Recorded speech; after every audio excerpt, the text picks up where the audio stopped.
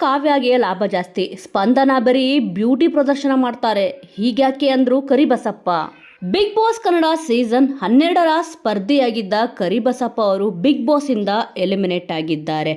ಇನ್ನು ಯಾರು ಯಾರನ್ನು ಬಳಸಿಕೊಂಡು ಆಟ ಆಡ್ತಿದ್ದಾರೆ, ಯಾರು ಪ್ರಾಮಾಣಿಕರಾಗಿದ್ದಾರೆ, ಯಾರಿಂದ ಯಾರು ಲಾಭ ಪಡೆಯುತ್ತಿದ್ದಾರೆ ಅನ್ನೋದರ ಬಗ್ಗೆ ಸಂಪೂರ್ಣವಾಗಿ ಮಾತನಾಡಿದ್ದಾರೆ ಕರಿಬಸಪ್ಪ ಅವರು.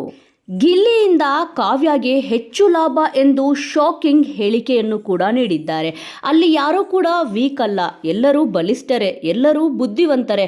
ಮಲ್ಲಮ್ಮ ಅವರಿಗೆ ಅಕ್ಷರ ಜ್ಞಾನ ಇಲ್ಲ, ಟಾಸ್ಕ್ ಆಡೋಕೆ ಬರಲ್ಲ ಅಂತ ಮಾನವೀಯತೆ ದೃಷ್ಟಿಯಿಂದ ಹೇಳುತ್ತಿದ್ದಾರೆ ಹೊರತು ಧ್ರುವಂತ್ ಅವರು ಕೂಡ ಗೆಲ್ಲೋಕೆ ಬಂದಿರೋದು. ಗಿಲ್ಲಿಯಿಂದ ಕಾವ್ಯಗೆ ಪ್ಲಸ್ ಆಗ್ತಿದೆ.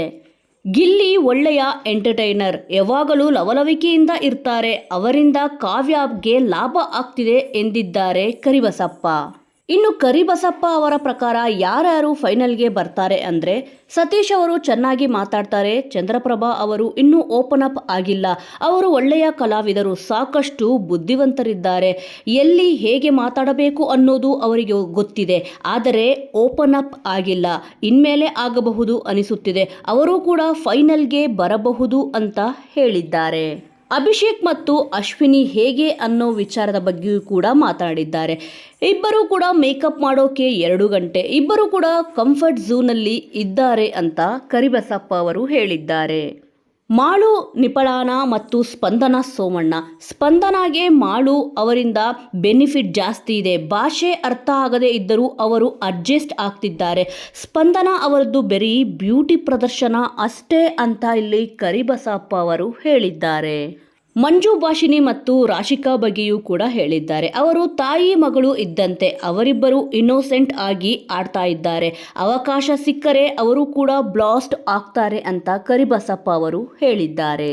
ಇನ್ನು ಅಶ್ವಿನಿ ಗೌಡ ಬಗ್ಗೆ ಅಚ್ಚರಿಯ ಹೇಳಿಕೆಯನ್ನು ಕೂಡ ನೀಡಿದ್ದಾರೆ. ಅಶ್ವಿನಿಯವರು ರಾಜಮಾತೆ ಫೀಲ್ಡ್ನಿಂದ ಕೆಳಗಿಳಿದ್ರೆ ಅವರು ಆಟವನ್ನೇ ಗೆಲ್ಲಬಹುದು. ಧನುಷ್ ಅವರು ಇನ್ನೋಸೆಂಟ್ ಮತ್ತು ಇಂಟೆಲಿಜೆಂಟ್ ಆಗಿದ್ದಾರೆ, ಅವರು ತಮ್ಮದೇ ಆದ ಒಂದು ಸರ್ಕಲ್ ಹಾಕಿಕೊಂಡಿದ್ದಾರೆ. ಇನ್ನು ಜಾನ್ವಿಯವರು ತುಂಬ ಸೈಲೆಂಟ್ ಆಗಿದ್ದಾರೆ, ಅವರಿಗೆ ಅವಕಾಶಗಳು ಬಂದಿಲ್ಲ, ಹಾಗಾಗಿ ಅವರು ಕೂಡ ಇನ್ನೂ ಓಪನ್ ಅಪ್ ಆಗಿಲ್ಲ.